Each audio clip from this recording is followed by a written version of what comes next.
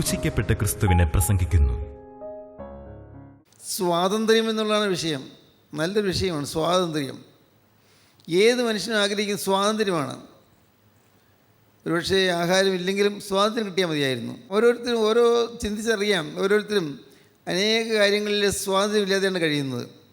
സ്വന്തം വീട്ടിൽ സ്വാതന്ത്ര്യമില്ല, സ്വന്തം സമൂഹത്തിൽ സ്വാതന്ത്ര്യമില്ല, ജോലിസ്ഥലത്ത് സ്വാതന്ത്ര്യമില്ല. എല്ലാം കൂച്ചുവിലങ്ങുകളാണ്, കൂച്ചുവിലങ്ങുകൾ, എല്ലാം നിയന്ത്രണങ്ങളാണ്, സ്വാതന്ത്ര്യമില്ല. ചെറുപ്പക്കാർക്ക് വരുന്ന ഒരു വലിയൊരു ചിന്താക്കുഴപ്പമാണത്. എവിടെയും എന്തെങ്കിലും ചെയ്യാൻ തുടങ്ങുമ്പോഴേക്കും അപ്പൻ തടയുന്നു, അമ്മ തടയുന്നു, അല്ലെങ്കിൽ അധ്യാപകർ തടയുന്നു. എല്ലാം എനിക്ക് വിലങ്ങുകളാണ്. എനിക്ക് സ്വാതന്ത്ര്യമില്ല. സ്വതന്ത്രമായി ചിന്തിക്കാനോ ചെയ്യാനോ സ്വാതന്ത്ര്യമില്ല. ഇങ്ങനെ അനേകരും പരിഭവിച്ച് കഴിയുന്ന ലോകത്താണ് നാം ജീവിക്കുന്നത്. നമ്മുടെ പലരുടെയും ജീവിതത്തിലുണ്ട്. സ്വാതന്ത്ര്യം കിട്ടുന്നില്ല, ഒരു മനസ്സിന് സ്വാതന്ത്ര്യം കിട്ടുന്നില്ല. ചിലർ പക്ഷേ ഭർത്താവിൻ്റെ മുൻപിൽ സ്വാതന്ത്ര്യമില്ലാത്തവളായിരിക്കും. പള്ളിയിൽ പോകാൻ അനുവാദമില്ല, നല്ല സാരി ഉടുക്കാൻ അനുവാദമില്ല, നല്ല രീതിയിൽ ഡ്രസ്സ് ചെയ്തുകൊണ്ടെങ്കിലും പോകാൻ നിർവഹമില്ല. എന്തിന് വന്ന് സ്വന്തം അപ്പൻ്റെ അമ്മയുടെ അടുക്കൽ പോകാൻ പോലും അനുവാദമില്ല, സ്വാതന്ത്ര്യമില്ല. മക്കളോടൊന്ന് ശാസിക്കാൻ അനുവാദമില്ല, അവകാശമില്ല. മക്കളുടെ തെറ്റ് ചൂണ്ടിക്കാണിക്കാൻ അവകാശമില്ല. എപ്പോഴും ആ സ്ത്രീ ആ വീട്ടിൽ സ്വാതന്ത്ര്യമില്ലാത്തൊരു സ്ത്രീയാണ്. അതുപോലെ തന്നെ സ്ത്രീകളെ സംബന്ധിച്ച് പറയുമ്പോൾ പ്രത്യേകിച്ചും ബാല്യകാലം അപ്പൻ്റെ അമ്മയുടെയും കീഴിൽ ജീവിക്കുന്ന കാലം സ്വാതന്ത്ര്യമില്ല. എല്ലാം വിലക്കുകളാണ്, വിലക്കുകൾ, കൂച്ചു വിലങ്ങുകൾ എന്ന് പറയും, വിലക്കുകൾ. എല്ലായിടത്തും വിലക്കുകൾ. കുറച്ച് പ്രായമായി സ്കൂളിലേക്ക് വരുമ്പോൾ അധ്യാപകർ വിലക്ക്, ചില സ്വാതന്ത്ര്യക്കുറവുകൾ. പിന്നെ മുന്നോട്ട് വരുമ്പോഴേക്കും വിവാഹം കഴിയുമ്പോൾ ഒന്നുകിൽ ഭാര്യയുടെ അടുക്കൽ സ്വാതന്ത്ര്യമില്ല, അല്ലെങ്കിൽ ഭർത്താവിൻ്റെ അടുക്കൽ സ്വാതന്ത്ര്യമില്ല, അല്ലെങ്കിൽ അമ്മായിമ്മയുടെ അടുക്കൽ സ്വാതന്ത്ര്യമില്ല, അല്ലെങ്കിൽ മരുമകളുടെ അടുക്കൽ സ്വാതന്ത്ര്യമില്ല. സ്വാതന്ത്ര്യമില്ല. നാം പലരും സ്വാതന്ത്ര്യമില്ലാതെ മനസ്സ് വീർപ്പുമുട്ടി കഴിയുന്നവരാണ്. ദൈവത്തിന് സ്തോത്രം. ഗലാത്യലേഖനം 5:1 സ്വാതന്ത്ര്യത്തിനായിട്ട് ക്രിസ്തു നമ്മെ സ്വതന്ത്രരാക്കി, ആകയാൽ അതിൽ ഉറച്ചു നിൽപ്പീൻ, അടിമനുഖത്തിൽ പിന്നെയും കുടുങ്ങിപ്പോകരുത്. സ്വാതന്ത്ര്യത്തിനായിട്ട് ക്രിസ്തു നമ്മെ സ്വതന്ത്രരാക്കി, ആകയാൽ അതിൽ ഉറച്ചു നിൽപ്പീൻ, അടിമനുഖത്തിൽ പിന്നെയും കുടുങ്ങിപ്പോകരുത്. നമുക്ക് ദൈവം സ്വാതന്ത്ര്യം തന്നിരിക്കുകയാണ്, സ്വാതന്ത്ര്യം തന്നിരിക്കുന്നു. ഇനി അടിമനുഖത്തിൽ പിന്നെയും കുടുങ്ങിപ്പോകരുത്, അടിമനുഖത്തിൽ കുടുങ്ങിപ്പോകരുത്. ദൈവത്തിന് സ്തോത്രം. ഞാനൊരു കഥ വായിച്ചു, നിങ്ങൾ കേട്ടിട്ടുണ്ടാകും. Sinbad the sailor. അറബി കഥകൾ എന്നുള്ള പുസ്തകത്തിൽ, അറേബ്യൻ നൈറ്റ്സ്, അറബി കഥകൾ എന്നുള്ള പുസ്തകത്തിലുള്ളൊരു കഥയാണ്. Sinbad the sailor, കപ്പലോട്ടക്കാരനായ Sinbad. അവനൊരാഗ്രഹം, കപ്പൽ കയറി ലോകം ചുറ്റി വരണമെന്ന്. അവൻ സാഹസികനായിരുന്നു, ധൈര്യമുള്ളവനായിരുന്നു. കപ്പൽ കയറി പല ഭാഗങ്ങളിൽ കപ്പൽ സഞ്ചരിച്ചു. ഒടുവിൽ ഭാഗത്ത് ചെന്നപ്പോഴേക്കും വലിയ കോളിലൊക്കെ കപ്പൽ ആടി ഉലയുന്നു. കപ്പലാകെ തകരാറിലായി. കൊടുങ്കാറ്റ് ആഞ്ഞു വീശുന്നു, തിരമാലകൾ തള്ളിക്കയറുന്നു. എന്തു വേണമെന്ന് അറിയാൻ വയ്യാതെ കപ്പലിലുള്ളവരെല്ലാവരും നിലവിളി കൂട്ടുകയാണ്. സിൻബാദിൻ്റെ എന്തൊക്കെയോ ചില ശബ്ദങ്ങൾ കേട്ടതേ ഓർമ്മയുള്ളൂ. എല്ലാം പൊട്ടിത്തെറിക്കുന്നത് പോലെ. എന്ത് പറ്റിയെന്ന് അറിയാൻ പാടില്ല. കപ്പൽ തകർന്നു. അതും സിൻബാദ് അറിയുന്നില്ല. സിൻബാദിന് ബോധം വന്നപ്പോൾ അവൻ പയ്യെ വെച്ച് എഴുന്നേറ്റു. നോക്കിയപ്പോൾ വിശാലമായ കടലും കിടക്കുന്നു. കപ്പലുണ്ടായിരുന്നപ്പോൾ എല്ലാവരും മരിച്ചു കാണും, ചത്ത് കാണും. കാരണം ആ വലിയ ഭയങ്കരമായ കൊള്ളക്കമായിരുന്നല്ലോ. ഭാഗ്യവശാൽ ഞാനൊരാൾ രക്ഷപ്പെട്ടു. പക്ഷേ എന്ത് ഫലം, ഇവിടെ രക്ഷപ്പെട്ടെങ്കിൽ ഞാനിവിടെ വന്നത് ആൾപ്പാർപ്പില്ലാത്തൊരു ദ്വീപിലാണ്. ആൾപ്പാർപ്പില്ലാത്ത ദ്വീപ്, ആരുമില്ല അവിടെ. സിൻബാദ് പയ്യെ നടന്നപ്പോൾ ചില ചെടികളുടെ പഴങ്ങളൊക്കെ ഉണ്ട്. പഴങ്ങൾ തിന്നു, വിശപ്പ് മാറി, ദാഹം മാറി. പിന്നെയും നടന്നു. വലിയ വനം. ആ വനത്തിൽ കൂടി സിൻബാദ് ഇങ്ങനെ നടന്ന് പോകുമ്പോൾ അപ്പോഴുണ്ട് ഒരു വൃദ്ധനായ മനുഷ്യൻ കുഞ്ഞിക്കൂടിയിരിക്കുന്നു. വളരെ പ്രായം ചെന്ന ഒരു മനുഷ്യൻ, വൃദ്ധനാണ്. സിൻബാദ് ചെന്ന് കണ്ടപ്പോൾ ആ വൃദ്ധൻ വളരെ ആകാംക്ഷയോടെ സിൻബാദിനെ കൈകാട്ടി വിളിച്ചു. ഭാഷയൊന്നും അറിയാൻ പാടില്ല. ആ വൃദ്ധൻ കുനിഞ്ഞു നിന്നു. അതിൻ്റെ അർത്ഥം, എനിക്ക് അങ്ങോട്ട് പോകാൻ വയ്യ, ഇനി ഞാൻ തീരെ വയസ്സനായി പോയല്ലോ, നടക്കാൻ വയ്യ, ഒരു ഉപകാരം ചെയ്യാമോ, നിങ്ങളുടെ ചുമലിൽ ഞാനൊന്ന് കയറി ഇരുന്നോട്ടെ, എന്നിട്ട് എന്നെ ഒന്ന് അവിടെ വരുന്ന് കൊണ്ടുപോകാമോ എന്നാണ് ആംഗ്യത്തിൻ്റെ അർത്ഥം. സിൻബാദ് ഈ വൃദ്ധനെയും ചുമന്നുകൊണ്ട് സിൻബാദ് നടക്കുകയാണ്. കുറേ കഴിഞ്ഞിട്ടും ഈ വൃദ്ധൻ പുറത്തിറങ്ങുന്നില്ല, മാറുന്നില്ല. സിൻബാദ് പയ്യെ ചുമലിൽ കഴിച്ചു തുടങ്ങിയപ്പോൾ സിൻബാദ് പയ്യെ ചുമൽ അനക്കി. അപ്പോഴുണ്ടാണ് വൃദ്ധൻ നല്ല ശക്തമായിട്ട് കഴുത്ത് നിന്ന് ഇറുകിപ്പൂട്ടി, കതിരപ്പൂട്ട് പോലെ കഴുത്തിന് ചുറ്റും 2 കാലും ഇട്ട് അങ്ങനെ ഇറുകിയിരിക്കുകയാണ്. സിൻബാദ് ഇപ്പോഴും മനസ്സിലാക്കി, ഇപ്പോൾ ഇയാൾ വലിയ വൃദ്ധനാണെങ്കിലും വലിയ ശക്തനാണ്, ഭയങ്കര കരുത്തനാണ്. സിൻബാദ് നല്ലപോലെ കുടഞ്ഞു നോക്കി. അപ്പോഴാണ് വൃദ്ധൻ കഴുത്ത് ഞെരിക്കുന്നത് പോലെ അവിടെ മുകളിലിരുന്നു കൊണ്ട് സിൻബാദിനെ വേദനിപ്പിക്കുന്നു. സിൻബാദിന് മനസ്സിലായി അപകടത്തിലായി. ഇത് കടൽക്കിഴവൻ എന്ന് പറയുന്ന ചില ജീവികളുണ്ട്, മനുഷ്യ തന്നെ കടൽക്കിഴവൻ. കടൽക്കിഴവൻ ആളുകളെ അവരുടെ ശക്തി ക്ഷയിപ്പിച്ചിട്ട് കൊന്നു തിന്നുന്നവരാണ്, കൊന്നു തിന്നുന്ന കടൽക്കിഴവൻ. സിൻബാദ് ഓർത്ത് എന്ത് ചെയ്യാം, എങ്ങനെ രക്ഷപ്പെടാം? കുടഞ്ഞു മാറാനൊന്നും പറ്റില്ല, അത്ര ശക്തനാണ് അങ്ങനെ. സിൻബാദ് ശ്രദ്ധിച്ചു, ചില സ്ഥലത്ത് ചിലപ്പോൾ ഈ വൃത്തൻ നിൽക്കും. ആ വൃത്തൻ നിന്നിട്ട് വൃത്തൻ അവിടെ ചില പഴങ്ങൾ, നല്ല കൊഴുത്ത് മെഴുത്ത പഴങ്ങൾ, ചെടികളുടെ പഴങ്ങൾ, അത് തിന്നും. വൃത്തനെ തിന്നുമ്പോൾ വൃത്തൻ കുറച്ച് കഴിയുമ്പോൾ വൃത്തനെ ഏതാണ്ട് ലഹരി പിടിച്ചിട്ട് വൃത്തൻ അവിടെ സിൻബാദിൻ്റെ കഴുത്തിലിരുന്ന് ആടാനും പാടാനും തുടങ്ങി. അപ്പോൾ ശക്തി കുറച്ച് കുറയുന്നുണ്ട്. സിൻബാദ് അപ്പോൾ പിന്നെ അവിടെ നിന്ന് മാറാതെ അവിടെ തന്നെ നിന്നു. വൃത്തന് സന്തോഷമാണ്, ഇഷ്ടംപോലെ തിന്നു. ആ പഴത്തിൻ്റെ ലഹരിപ്പിക്കുന്ന ശക്തി കൊണ്ട് ഈ വൃത്തൻ്റെ ശക്തി ക്ഷയിച്ചു. അപ്പോൾ സിൻബാദ് പെട്ടെന്ന് വളരെ ധൃതഗതിയിൽ കുതറി ഈ വൃത്തനെ താഴെയാക്കി. സിൻബാദ് ഓടി ചെന്ന് ഒരു കല്ലെടുത്തുകൊണ്ടുവന്ന് ഈ വൃത്തനെ താഴേക്ക് അടിച്ചു. ആ വൃത്തനെ കൊന്നു. ഇതാണ് കഥ, സിൻബാദ് ദ സെയിലർ. നിങ്ങൾ കുറേ കഥകൾ എന്നുള്ള പുസ്തകം വായിച്ചുള്ളവർക്ക് അറിയാമായിരിക്കും. ഈ കടൽക്കിഴവൻ സിൻബാദിൻ്റെ ചുമലിൽ ഇരിക്കുന്നത് പോലെ ഇന്ന് അനേകം രാക്ഷസന്മാർ നമ്മുടെ ചുമലിൽ പറ്റിപ്പിടിച്ചിരിക്കുകയാണ്. നമ്മുടെ ചുമലിൽ ഈ രാക്ഷസന്മാർ അത് നമ്മെ ഞെരിച്ചുകൊണ്ടിരിക്കുകയാണ്. നമ്മെക്കൊണ്ട് നമുക്കിഷ്ടമില്ലാത്ത വഴികളിൽ കൂടി നമ്മെ നയിച്ചുകൊണ്ട് പോവുകയാണ്. നമ്മെക്കൊണ്ട് അടിമപ്പണി ചെയ്യിക്കുകയാണ്. ഒരേ ഒരു പോംവഴിയേ ഉള്ളൂ, ഈ കടൽക്കിഴവനെ എങ്ങനെയെങ്കിലും കൊന്നേ പറ്റൂ. ഇതാരാണ് ഈ കടൽക്കിഴവൻ? നാം ചിന്തിക്കുമ്പോൾ ഈ രാക്ഷസൻ പൈശാചിക ശക്തിയാണ്, സാത്താനാണ്. നമ്മെ അനേകം പേരെയും ചൂട് നിൽക്കുന്ന പിശാച്, നമ്മെ നശിപ്പിച്ചുകൊണ്ടിരിക്കുന്ന പിശാച്, അനേക കുടുംബങ്ങളെ സാത്താൻ വിഴുങ്ങിയിരിക്കുകയാണ്. യൗവനക്കാരെ സാത്താൻ വിഴുങ്ങിയിരിക്കുകയാണ്. ചീത്ത പടങ്ങൾ, ചീത്ത ബന്ധങ്ങൾ, അശുദ്ധ ജീവിതങ്ങൾ, ചീത്ത ചില ശീലങ്ങൾ, അരുതാത്ത അഴുക്ക് വഴികൾ എന്ന് വേണ്ട അനേകം കാര്യങ്ങൾ. നമുക്കറിയാമല്ലോ, മാതാപിതാക്കളോട് പോലും ധിക്കരിക്കുന്ന സ്വഭാവമുള്ള മക്കൾ, അധ്യാപകരോട് മറുതലിക്കുന്ന സ്വഭാവമുള്ള മക്കൾ എല്ലാം ഉണ്ട്. വിനയമില്ലാത്ത സ്വഭാവം, ഭർത്താവിനോട് മറുതലിക്കുന്ന ഭാര്യമാർ, വിനയമില്ലാത്ത സ്വഭാവം, ഭാര്യയെ വെറുക്കുന്ന ഭർത്താക്കന്മാർ, വിനയമില്ലാത്ത സ്വഭാവം, സ്നേഹമില്ലാത്ത സ്വഭാവം, ഇതെല്ലാം കടൽക്കിഴവന്മാരാണ്. നമ്മുടെ ചുമലിൽ കയറിയിരിക്കുന്ന കടൽക്കിഴവന്മാർ. നാം ഈ കടൽക്കിഴവനെ ചുമന്നുകൊണ്ട് നടക്കുന്നത് പലതൊന്നും അറിയുന്നില്ല. ഈ കടൽക്കിഴവൻ നമ്മുടെ ചുമലിരിക്കുന്നത് കൊണ്ടാണ് നാം, ഈ പിശാച് നമ്മുടെ ചുമലിരിക്കുന്നത് കൊണ്ടാണ് നാം ചിലപ്പോൾ പൊട്ടിത്തെറിച്ച് കോപിക്കുന്നത്, പെട്ടെന്ന് ഇഷ്ടക്കുറവുകൾ ഉണ്ടാകുന്നത്, പെട്ടെന്ന് മുഷ്ടികൾ ഉണ്ടാകുന്നത്, ദുശ്ശീലങ്ങളിലേക്ക് നാം വഴിപ്പെട്ടു പോകുന്നത്, മദ്യപാനത്തിലേക്ക്, പുകവലിയിലേക്ക്, ബ്ലൂ ഫിലിമിലേക്ക്, ചീത്ത പടങ്ങളിലേക്ക്, ചില മയക്കുമരുന്നുകളിലേക്ക്, കഞ്ചാവിലേക്ക് എന്ന് വേണ്ട അനേകം ദുശ്ശീലങ്ങളിലേക്ക് ഈ കടൽക്കിഴവൻ നമ്മെ നയിച്ചുകൊണ്ട് പോവുകയാണ്. അവൻ ചുമലിരിക്കുന്നതുകൊണ്ട് നമുക്കത് രക്ഷപ്പെടാൻ പറ്റുന്നില്ല. രക്ഷപ്പെടണമെന്നുണ്ട്, മദ്യപാനത്തിൽ നിന്ന് രക്ഷപ്പെടണമെന്ന് ആഗ്രഹിക്കുന്ന എത്രയോ ആളുകളുണ്ട്. ഈ നശിച്ച മദ്യപാനിക്ക് മാറിക്കിട്ടിയാൽ മതിയായെന്ന് ചിന്തിക്കുന്ന എത്രയോ ആളുകളുണ്ട്. പക്ഷെ മാറുന്നില്ല. വചനം കേൾക്കുമ്പോൾ ഇത് മാറണമെന്നുണ്ട്, തീരുമാനമെടുക്കും. പക്ഷേ ഏതാനും സമയത്തിനകം പിന്നെയും മദ്യപാനത്തിലേക്ക് പോകും. 1-2 ദിവസം അല്ലെങ്കിൽ 1-2 ആഴ്ച പിടിച്ച് നിൽക്കും, പിന്നെയും മദ്യപാനത്തിലേക്ക് പോകും. ചില അശുദ്ധ ബന്ധങ്ങൾ, പുറത്തു പറയാൻ അറയ്ക്കുന്ന ചില ബന്ധങ്ങൾ വേണ്ടെന്നുണ്ട്. പക്ഷേ സന്ദർഭം വരുമ്പോൾ വീണു പോകുന്നു. സന്ദർഭം വരുമ്പോൾ ആന്തരിക ശക്തി ക്ഷയിച്ചു പോകുന്നു. ഈ കടൽക്കിഴവൻ തെറ്റിലേക്ക് കൊണ്ടുപോകുന്നു.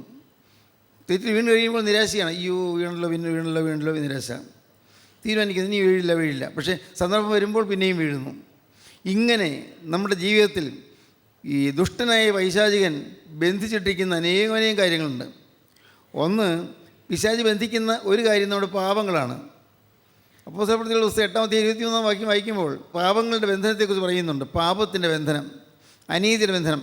അപ്പോസ്തലപ്രവൃത്തി 8:23. നീ കയ്പുള്ള പകയിലും അനീതിയുടെ ബന്ധനത്തിലും അകപ്പെട്ടിരിക്കുന്നു എന്ന് ഞാൻ കാണുന്നു എന്ന് പറഞ്ഞു. നീ കയ്പുള്ള പകയിലും അനീതിയുടെ ബന്ധനത്തിൽ അകപ്പെട്ടിരിക്കുന്നതെന്ന് ഞാൻ കാണുന്നു. അപ്പോസ്തലനായ പത്രോസ് പറയുകയാണ്.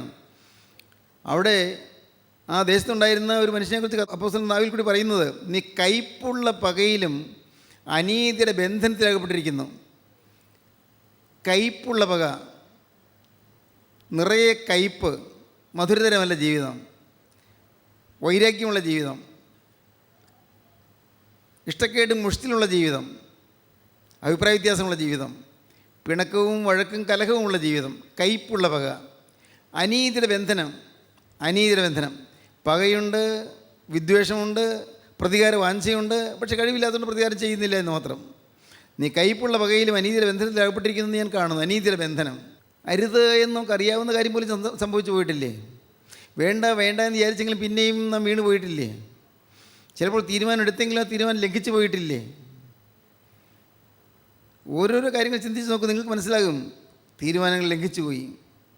ഒരു ഇതിൽ പറഞ്ഞാൽ ഈ പാവം ഏറ്റുപറയുന്ന കുമ്പസാരം കഴിഞ്ഞാൽ അതേതാണ്ട് പിന്നെ അടുത്ത പാവം ചെയ്യാനുള്ള ഒരു ലൈസൻസ് പോലെയാണ്. പിന്നെയും പാവം ചെയ്യും.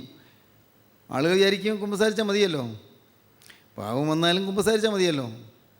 എത്ര മൂഢമായ ചിന്താഗതിയാണത് പ്രിയപ്പെട്ടവരെ. ജീവിതത്തിൽ ചില നിഷ്ഠകളും വ്യക്തമായ പ്രതിഷ്ഠകളും വരാതെ നാം എന്തെല്ലാം തീരുമാനിച്ചാലും ഫലമില്ല. എൻ്റെ ജീവിതം എന്നേക്കും യേശുക്രിസ്തുവിന് എന്ന് പറഞ്ഞ് നമ്മുടെ ജീവിതം ക്രിസ്തുവിന് കൊടുത്താൽ അവിടെ അനുഗ്രഹമാകും. എൻ്റെ ജീവിതം ക്രിസ്തുവിന്. ഈ ജീവിതത്തിൽ എനിക്ക് സ്വന്തമായി അവകാശമില്ല. യേശുക്രിസ്തുവിൻ്റെ രക്തം കൊടുത്ത് എന്നെ വിലയ്ക്ക് വാങ്ങിയിരിക്കുന്നു. ഞാൻ ഇനി എൻ്റെ അല്ല, ഞാൻ യേശുവിൻ്റെയാണ്. ഈ ഒരു ബോധ്യം വന്നാൽ പാപം ചെയ്യാൻ നാം പേടിച്ചു പോകും.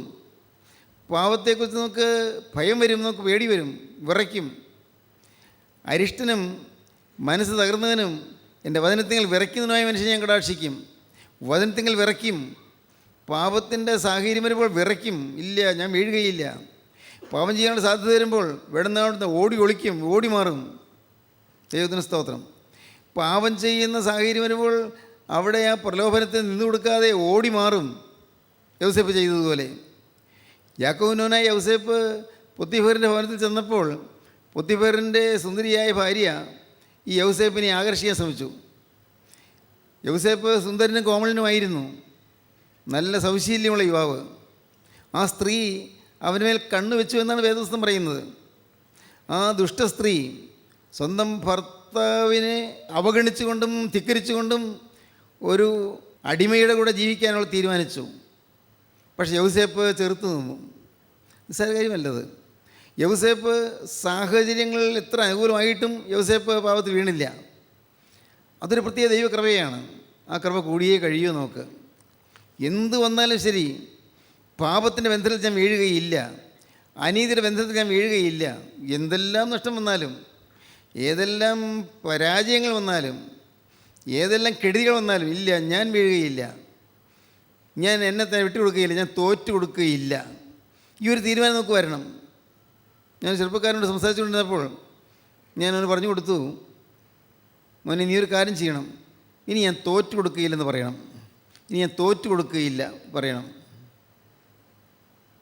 അവൻ വശം കെട്ടാണ് എൻ്റെ അടുക്കൽ വന്നത്. വളരെ പ്രയാസപ്പെട്ടാണ് വന്നത്. മനസ്സ് ഉഷ്ണിച്ച് വിഷമിച്ചാണ് വന്നത്. നിരാശ ബാധിച്ചാണ് വന്നത്. ദൈവത്തിന് സ്തോത്രം.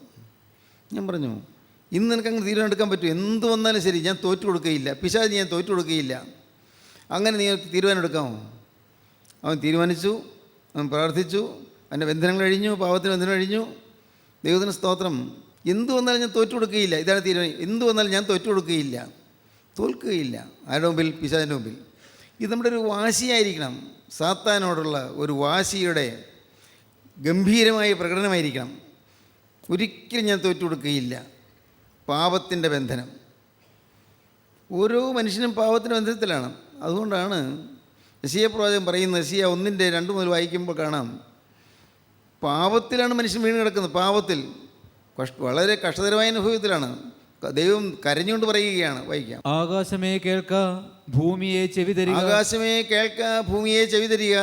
യഹോവ അരുളി ചെയ്യുന്നു, യഹോവ അരുളി ചെയ്യുന്നു, ഞാൻ മക്കളെ പോറ്റി വളർത്തി അവരോ എന്നോട് മത്സരിച്ചിരിക്കുന്നു.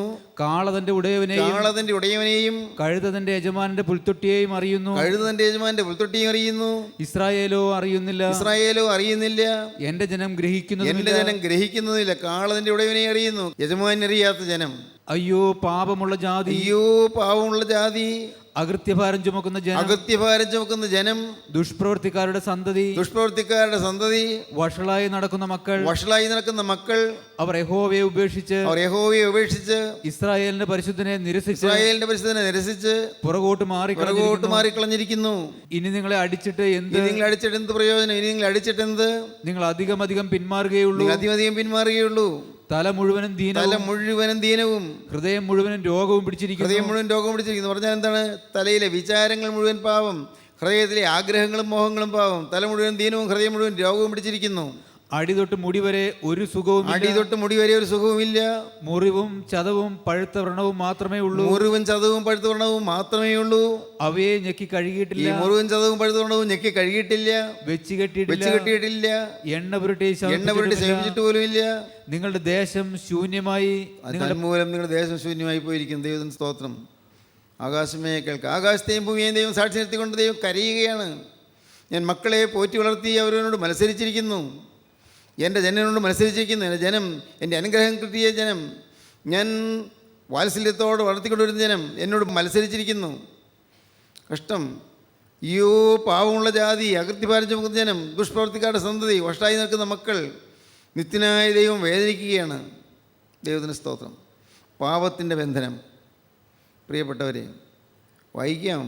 യോഹന്നാൻ്റെ 1-ാമത്തെ ലേഖനം 3-ാം അധ്യായം 8-ാം വാക്യം വായിക്കാം. പാപം ചെയ്യുന്നവൻ പിശാചിന്റെ മകനാകുന്നു. പിശാച് ആദ്യം മുതൽ പാപം ചെയ്യുന്നുവല്ലോ. പിശാചിന്റെ മകനാകുന്നു. പിശാച് ആദ്യം മുതൽ പാപം ചെയ്യുന്നുവല്ലോ.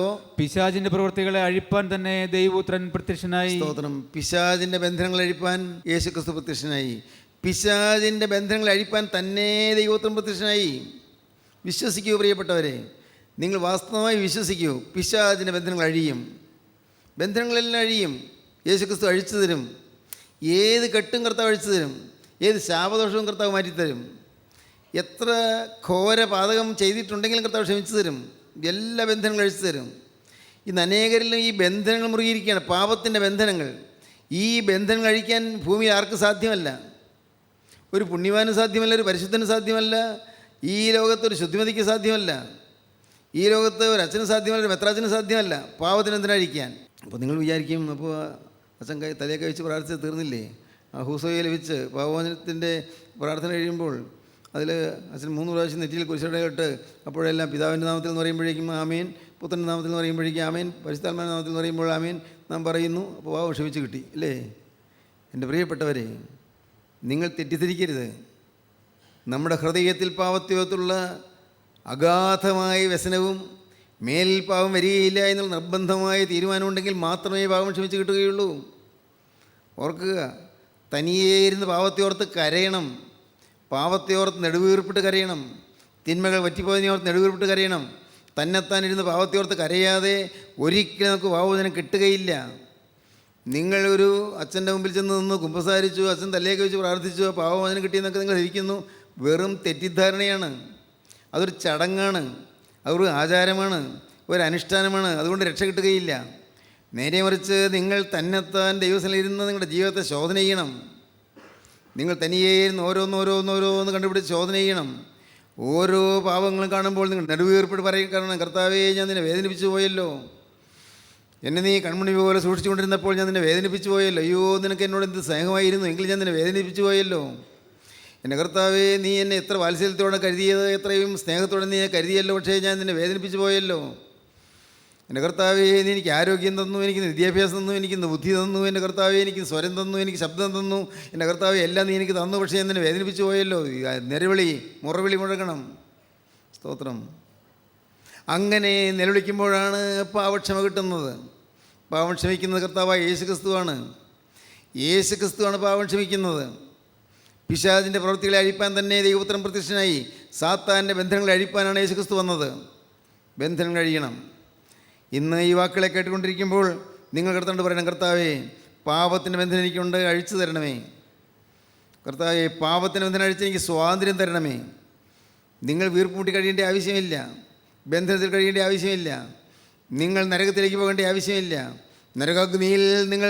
നരകാഗ്നിയുടെ ഭീകരമായ തീച്ചുളയിൽ കിടന്ന് പിടയേണ്ട ആവശ്യമില്ല. സാത്താൻ നിങ്ങളെ നശിപ്പിച്ച് കളയേണ്ട ആവശ്യമില്ല. പ്രിയപ്പെട്ടവരെ, നിങ്ങൾക്കൊരു നല്ല കാലം വേണമെങ്കിൽ ലഭിക്കും, കർത്താവ് തരും. ഒറ്റയ്ക്കൊരു കാര്യം മാത്രം മതി. ഹൃദയത്തിൽ തന്ന് പാവത്തോർത്ത് കരഞ്ഞിട്ട് ഇനിമേൽ പാവം ചെയ്യില്ലെന്ന് തീരുമാനിച്ചാൽ കഴിഞ്ഞതെല്ലാം അയച്ചു തരും. കർത്താവ് നിങ്ങളോട് പറയും, പോക, ഇനി പാവം ചെയ്യരുത്. സ്തോത്രം. മാത്രം പോക, ഇനി പാവം ചെയ്യരുത്. അതേ കർത്താവ് പറയുന്നുള്ളൂ. പോക, ഇനി പാവം ചെയ്യരുത്. പാവത്തിൻ്റെ ബന്ധനം അഴിഞ്ഞു കിട്ടുക. ദൈവത്തിന് സ്തോത്രം. പ്രിയപ്പെട്ടവരെ, ഇന്ന് ഈ വാക്കുകളെ കേട്ടുകൊണ്ടിരിക്കുമ്പോൾ നിങ്ങൾക്ക് കർത്താവിനോട് പറയാം, കർത്താവേ, എൻ്റെ ജീവിതത്തിൽ അനേകം പാവങ്ങളുണ്ട്. ഞാൻ അറിയാതെ കിടക്കുന്ന പാവങ്ങളുണ്ട്, ഞാൻ അറിഞ്ഞു ചെയ്തതായ പാവങ്ങളുണ്ട്, ഓർമ്മയിൽ വരുന്ന പാവങ്ങളുണ്ട്. കർത്താവേ, എല്ലാ പാവവും നീ എനിക്ക് അഴിച്ചു തരണമേ. എല്ലാ ബന്ധനങ്ങളും അഴിച്ചു തരണമേ. പാപത്തിൽ നിന്ന് അഴിച്ചത് എനിക്ക് സ്വാതന്ത്ര്യം തരണമേ. പാപത്തിൽ നിന്ന് സ്വാതന്ത്ര്യം തരണമേ. നിങ്ങൾ പ്രാർത്ഥിക്കണം. എൻ്റെ കർത്താവേ, എനിക്ക് ചില കടുംപിടുത്തങ്ങളുണ്ട്, എനിക്ക് ചില ദുശാഠ്യങ്ങളുണ്ട്, എനിക്ക് ചില മർക്കടമുഷ്ടികളുണ്ട്, എനിക്ക് ചില കടുംപിടുത്തങ്ങളുണ്ട്. കർത്താവേ, അത് പാവത്തിൻ്റെ ബന്ധനമാണ്, അതെനിക്ക് അഴിച്ചു തരണമേ. നിങ്ങൾ പ്രാർത്ഥിക്കണം കർത്താവിനോട്. എൻ്റെ സ്വഭാവത്തിൽ ചില മാലിന്യങ്ങളുണ്ട്, കർത്താവേ, എൻ്റെ സ്വഭാവത്തിൽ മാലിന്യങ്ങളെല്ലാം മാറ്റി എനിക്ക് സ്വാതന്ത്ര്യം തരണമേ. ദൈവത്തിന് സ്തോത്രം. അങ്ങനെ നിങ്ങൾ പ്രാർത്ഥിക്കുമ്പോൾ പിശാചിൻ്റെ ബന്ധനങ്ങളിൽ അഴിപ്പാൻ പ്രത്യക്ഷനായ ദൈവപുത്രൻ കർത്താവായ യേശുക്രിസ്തു നമ്മുടെ പാപത്തിന് ബന്ധനം അഴിച്ച് നമുക്ക് സ്വാതന്ത്ര്യം തരും. സ്തോത്രം. എന്തൊരു സ്വാതന്ത്ര്യമാണെന്നോ ഈ പാവമോചനം കിട്ടുമ്പോൾ! എന്തൊരു സമാധാനമാണെന്നോ! പാവമെല്ലാം മോഹിച്ച് കിട്ടി, എന്തൊരു സ്വസ്ഥത! എല്ലാ പാവവും കഴുകി കിട്ടി, എന്തൊരു സ്വസ്ഥത! നിങ്ങളുടെ ബുദ്ധി തെളിയും, ഓർമ്മശക്തി തെളിയും, കഴിവുകൾ തെളിയും. നിങ്ങൾ എവിടെ ഏത് രംഗത്ത് പ്രവർത്തിക്കുന്നോ ആ രംഗത്ത് നിങ്ങൾ മികവുള്ളവരായിത്തീരും, കഴിവുള്ളവരായിത്തീരും. എവിടെ നിങ്ങൾ പ്രവർത്തിച്ചാലും, നിങ്ങൾ അധ്യാപകനാണോ, അല്ല നിങ്ങൾ ഫാക്ടറിയിൽ ജോലിക്കാരനാണോ, നിങ്ങൾ കമ്പനിയിൽ ജോലിക്കാരനാണോ, നിങ്ങൾ ക്ലാർക്കാണോ, ഓഫീസിലെ ഒരു അക്കൗണ്ടൻ്റാണോ, എന്തുമാകട്ടെ, നിങ്ങൾ എന്ത് ജോലിയാണെങ്കിലും, അടുക്കളയിൽ പണി ചെയ്യുന്നൊരു വീട്ടമ്മയാണോ, ഏത് ജോലിയാണെങ്കിലും, പ്രിയപ്പെട്ടവരെ, ഈ ബന്ധനം അഴിഞ്ഞ് കിട്ടുമ്പോൾ ഉണ്ടാകുന്ന സമാധാനവും സന്തോഷവും പറഞ്ഞറിയിക്കാൻ വയ്യ. വാച്യമായൊരു അനുഭൂതിയാണത്. സ്വാതന്ത്ര്യം. സ്തോത്രം. സ്വാതന്ത്ര്യം. ഒന്ന്, പാപത്തിൽ നിന്നും മോചനം കിട്ടുക, പാപത്തിൻ്റെ അടിമത്വം. ഈ അടിമത്വം മാറണം. സ്വാതന്ത്ര്യത്തിനിടെ ക്രിസ്തു നമ്മെ സ്വതന്ത്രരാക്കി. ആകയാൽ ഉറച്ചു നിൽപ്പീൻ, അടിമത്വത്തിൽ പിന്നെയും കുടുങ്ങിപ്പോകരുത്. എന്നാൽ സ്വതന്ത്രരായിത്തീരുക, പാപത്തിൽ നിന്ന് സ്വാതന്ത്ര്യം പ്രാപിക്കുക. നിങ്ങൾ ദയവായി ചിന്തിക്കും, എന്നെ ബന്ധിച്ചിരിക്കുന്ന പാപങ്ങൾ എന്തെല്ലാമാണ്, ഏതെല്ലാം പാപങ്ങൾക്കാണ് ഞാൻ അഴിവപ്പെട്ടിരിക്കുന്നത്, എൻ്റെ ജീവിതത്തിൽ എൻ്റെ സ്വഭാവത്തിലുള്ളതായ മാലിന്യങ്ങൾ എന്തെല്ലാമാണ്. നിങ്ങൾ നോക്കിയാൽ കാണാൻ പറ്റും. വാസ്തവം ആത്മാർത്ഥമായി നോക്കിയാൽ എല്ലാം ഇങ്ങനെ ഓരോന്നോരോന്നായി തെളിഞ്ഞു വരും. അത് ഓരോന്നും ഓർത്ത് അനുദപിച്ച് കരഞ്ഞുകൊണ്ട് കർത്താവിൻ്റെ പാദത്തെങ്കിലേക്ക് നിങ്ങൾ വരണം. കർത്താവിൻ്റെ കാൽക്കൽ കെട്ടിപ്പിടിച്ചുകൊണ്ട് കരയണം. കർത്താവിൻ്റെ കുരിശിൻ്റെ ചുവട്ടിലിരുന്നുകൊണ്ട് കരയണം. എല്ലാം ധ്യാനത്തിൽ നടക്കുന്ന കാര്യങ്ങളാണ്. കർത്താവിൻ്റെ പാദത്തിലാണെന്ന് തോന്നുന്ന ധ്യാനമാണ്. കർത്താവിൻ്റെ കുരിശിൻ്റെ ചുവട് കെട്ടിപ്പിടിച്ചുകൊണ്ടിരിക്കുന്നത് ധ്യാനമാണ്. അങ്ങനെ നിങ്ങൾ കർത്താവിൻ്റെ സന്നിധി ഏകാന്തത്തിൽ ഇരുന്നു കൊണ്ട് നിങ്ങൾ കരയുമ്പോൾ, പ്രാർത്ഥിക്കുമ്പോൾ പാവൻ കർത്താവ് ക്ഷമിച്ചു തരും. നിങ്ങൾ അനുഗ്രഹീതരായിത്തീരും, നിങ്ങളുടെ കുടുംബം അനുഗ്രഹമായിത്തീരും, നിങ്ങളുടെ മക്കൾ അനുഗ്രഹിക്കപ്പെടും, തലമുറയായ അനുഗ്രഹം ഉണ്ടാകും. യെശയ്യാ പ്രവാചകൻ 59 അധ്യായം അവസാനത്തെ വാക്യം വായിക്കുമ്പോൾ കാണാം, ദൈവം മനുഷ്യരോട് നിയമം ചെയ്യുന്നു. നിങ്ങൾ പാവത്തിൻ്റെ ബന്ധനം അഴിഞ്ഞു കിട്ടിയാൽ നിങ്ങൾക്ക് കിട്ടുന്നൊരു അനുഭവം ദൈവം തരികയാണ്. എന്താണത്? ഞാൻ അവരോട് ചെയ്തിരിക്കുന്ന നിയമമോ ഇതാകുന്നു, ഞാൻ അവരോട് ചെയ്തിരിക്കുന്ന നിയമമോ ഇതാകുന്നു എന്ന് യഹോവ അരുളി ചെയ്യുന്നു. നിന്റെ മേലുള്ള എൻ്റെ ആത്മാവും നിന്റെ വായിൽ ഞാൻ തന്ന എൻ്റെ വചനങ്ങളും നിന്റെ വായിൽ നിന്നും നിന്റെ സന്തതിയുടെ വായിൽ നിന്നും നിന്റെ സന്തതിയുടെ വായിൽ നിന്നും ഇന്നു മുതൽ ഒരു നാളും വിട്ടുപോകുകയില്ല എന്ന് യഹോവ അരുളി ചെയ്യുന്നു. ഇന്നു മുതൽ ഒരു നാളും വിട്ടുപോകുകയില്ല. സ്തോത്രം. എന്തൊരു അത്ഭുതം! എനിക്ക് മാത്രമല്ല അനുഗ്രഹം കിട്ടുന്നു, എൻ്റെ മക്കൾക്കും മക്കളുടെ മക്കൾക്കും തലമുറയായ അനുഗ്രഹം കിട്ടുന്നു. നിൻ്റെ മേലുള്ള എൻ്റെ ആത്മാവും നിൻ്റെ വായിൽ ഞാൻ തന്ന എൻ്റെ വചനങ്ങളും നിൻ്റെ വായിൽ നിന്നും നിൻ്റെ സന്തതിയുടെ വായിൽ നിന്നും നിൻ്റെ സന്തതിയുടെ വായിൽ നിന്നും ഇന്ന് ഒരു നാളും വിട്ടുപോകുകയില്ല എന്ന് യഹോവ അരുളി ചെയ്യുന്നു. ഇതാകും നിങ്ങളോട് ചെയ്യുന്ന നിയമം. ദൈവം ഒരു വ്യവസ്ഥ ചെയ്യുകയാണ്, നിയമം ചെയ്യുകയാണ്. മക്കളെ ഓർത്ത് വേദനിച്ച് തകരുന്നവർ, മാറും, മക്കളുടെ സ്വഭാവം മാറും. നിങ്ങൾ ഒരാൾ പാവത്തിന് സ്വാതന്ത്ര്യം പ്രാപിക്കുക. നിങ്ങൾ അപ്പനോ അമ്മയോ ഒരാൾ പാവത്തിന് സ്വാതന്ത്ര്യം പ്രാപിച്ചാൽ കുടുംബത്തിലേക്ക് യേശു കടന്നു വരും. ഹൃദയത്തിൽ വന്നിരിക്കുന്ന ക്രിസ്തു അവിടെ ഇരുന്നു കൊണ്ട് പ്രകാശം പരത്തും. നിങ്ങളുടെ മക്കളിലേക്ക്, നിങ്ങളുടെ ഭാര്യയിലേക്ക്, നിങ്ങളുടെ ഭർത്താവിലേക്ക് ആ പ്രകാശ ധോരണി പകർന്നു വരും. തന്മൂലം നിങ്ങൾക്ക് അനുഗ്രഹം ലഭിക്കും, മേൽക്കുമേൽ അനുഗ്രഹം ലഭിക്കും. വിശ്വസിക്കുക. ദൈവത്തിന് പാപത്തിൽ നിന്ന് മോചനം കിട്ടുക. എൻ്റെ കരുണയുള്ള കർത്താവേ, ഇപ്പോൾ സാത്താൻ്റെ ബന്ധങ്ങളെ അഴിച്ച് എനിക്ക് സ്വാതന്ത്ര്യം തരണമേ. എൻ്റെ കരുണയുള്ള കർത്താവേ, നീ എനിക്കിന്ന് സ്വാതന്ത്ര്യം തന്നാൽ ഇനിമേൽ ഞാൻ പാവമില്ലാതെ ജീവിക്കുമെന്ന് നിന്നോട് വാക്ക് പറയുന്നു. നാഥ, ഇനി മുതലായ ജീവിതം പാവമില്ലാത്ത ജീവിതമായിരിക്കുമെന്ന് നിന്നോട് വാക്ക് പറയുന്നു. എൻ്റെ ഈ സമർപ്പണം നീ സ്വീകരിക്കണമേ. ഈ ശബ്ദം നീ കൈക്കൊള്ളണമേ. എൻ്റെ ഈ പ്രതിജ്ഞ നീ കേൾക്കണമേ കർത്താവേ.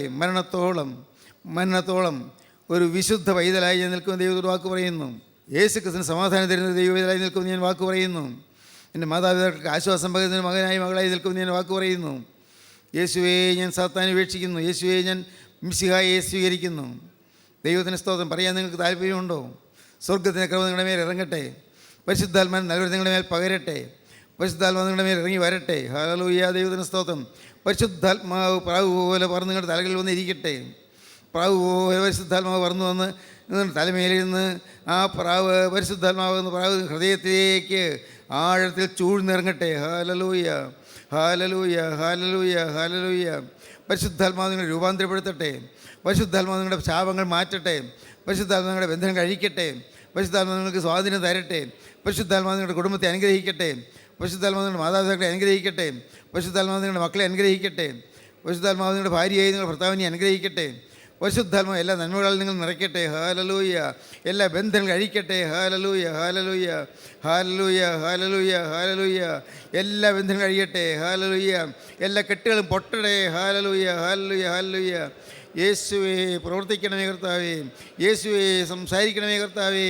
യേശുവേ, എഴുന്നള്ളി വരണമേ കർത്താവേ. യേശുവേ, പരിശുദ്ധാത്മാവിൻ്റെ പ്രകാശം പകരണമേ കർത്താവേ. എല്ലാവരുടെ മേലും തർക്കം വെക്കണമേ കർത്താവേ. യേശുവിൻ്റെ ആണിപ്പാടുള്ള കാര്യം കർത്താവ് ഓരോരുത്തരും വെക്കണമേ. യേശു ക്രിസ്തുവിൻ്റെ രക്തം സകല പാപം പോക്കി ശുദ്ധീകരിക്കുന്നെന്ന് ഓരോരുത്തർക്ക് അനുഭവമാക്കി തീർക്കണമേ കർത്താവേ. ആ തിരക്തത്തിൻ്റെ അത്ഭുത ശക്തി വെളിപ്പെടണമേ കർത്താവേ. തിരക്തത്തിൻ്റെ അത്ഭുത ശക്തി, തിരക്തത്തിൻ്റെ അമാനുഷിക ശക്തി, തിരക്തത്തിൻ്റെ സ്വർഗീയ ശക്തി ഓരോരുത്തരുടെ മേൽ ഇറങ്ങണമേ എന്ന് പ്രാർത്ഥിക്കുന്നു. ബലഹീനരുടെ ശക്തി പ്രാപിക്കണമേ കർത്താവേ. ഉൾക്കരുത്തില്ലാവരും ധൈര്യപ്പെട്ടണമേ കർത്താവേ. ബലഹീനരെ താങ്ങുവിൻ കർത്താവേ. അവിടുന്ന് അത്ഭുതം പ്രവർത്തിക്കണമേ. എല്ലാവരെയും അനുഗ്രഹിക്കണമേ. യേശുവേ, പ്രവർത്തിക്കണമേ. യേശു ക്രിസ്തുവിൻ്റെ വലിയ നാമത്തിൽ പ്രാർത്ഥിക്കുന്ന കൃപയോടെ കേൾക്കണമേ. ആമീൻ. ഹല്ലേലൂയ.